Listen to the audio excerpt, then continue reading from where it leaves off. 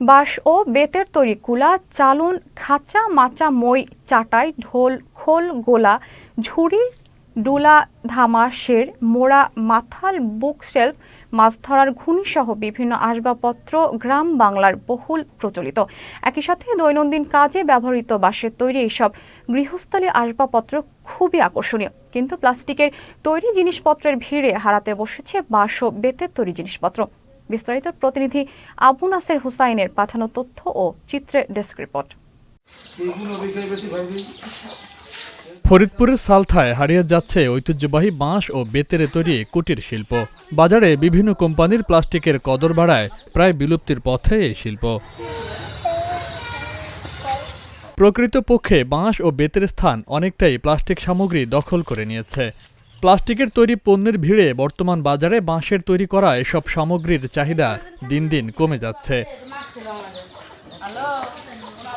এতে কুটির শিল্পের সাথে জড়িত ফরিদপুরের সালথা উপজেলার ২০টি পরিবার পড়েছেন অর্থনৈতিক সংকটে, যে কারণে তাদের মধ্য থেকে অনেকেই বেছে নিয়েছেন অন্য পেশা। জাতিগত ব্যবসাগুলো করা লাগে, আগে যেরকম চলছে এখন সেরকম চলে না, তবু এইভাবেই চালাইতে হয়, কোনো রকম দিন যায় রাখতে হয়। নতুন যে প্লাস্টিকের মাল বেরিয়েছে না, এই জন্য এই মাল আমার খুব কম চলে।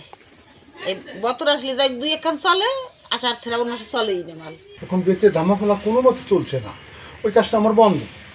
এখন কি করবো, আমি চালন ডালা বানাই এগুলো করে কোনো মতে চলছে।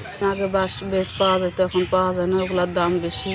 প্লাস্টিকের মাল বেরোয় সব কিছুই পোলা পর্যন্ত প্লাস্টিক হয়ে গেছে।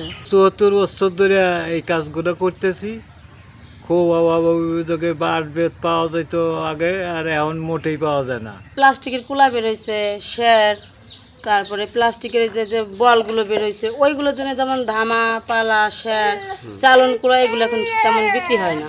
আমাদের এই আয় উন্নতিটাও কমে গেছে। এই প্লাস্টিকের মাল থাকার কারণে আমাদের ছেলে মেয়ে ভাই বন্ধু সকলেই আমরা অভাবিক হয়েছি। আমরা কোথায় বলবো, আমাদের অর্থহীন, আমাদের জমি নাই, জমা নাই, আমরা ভূমিহীন, আমাদের কোনো সাহায্য আমরা পাইতেছি না। সালথা উপজেলা নির্বাহী অফিসার মোহাম্মদ আনিসুর রহমান বালি জানিয়েছেন, কুটির শিল্প টিকিয়ে রাখার জন্য সরকার বিভিন্ন সময়ে প্রশিক্ষণ প্রদান ও সহায়তা দিয়ে থাকে।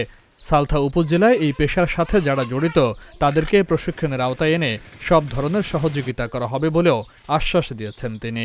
তাদের পণ্যের গুণগত মান যদি বৃদ্ধি করতে পারে তাহলে আসলে এই পণ্যটিকে টিকিয়ে রাখা সম্ভব। তো সেক্ষেত্রে আমরা যারা এই পেশার সাথে জড়িত তাদের যদি কোনো সহযোগিতা প্রয়োজন হয়, প্রশিক্ষণের প্রয়োজন হয়, সেটা আমরা তাদেরকে এই প্রশিক্ষণের আওতায় আনার চেষ্টা করব এবং সরকারি বিভিন্ন সময়ে যে সহায়তা থাকে যেন এই শিল্পটি টিকে থাকে, সেজন্য সেই সহায়তাগুলো যেন তারা পেতে পারে সে ব্যাপারে আমরা সচেষ্ট থাকব।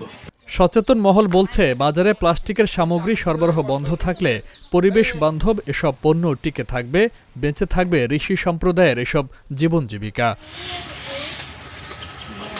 Faisal Mahmud, channel S news desk.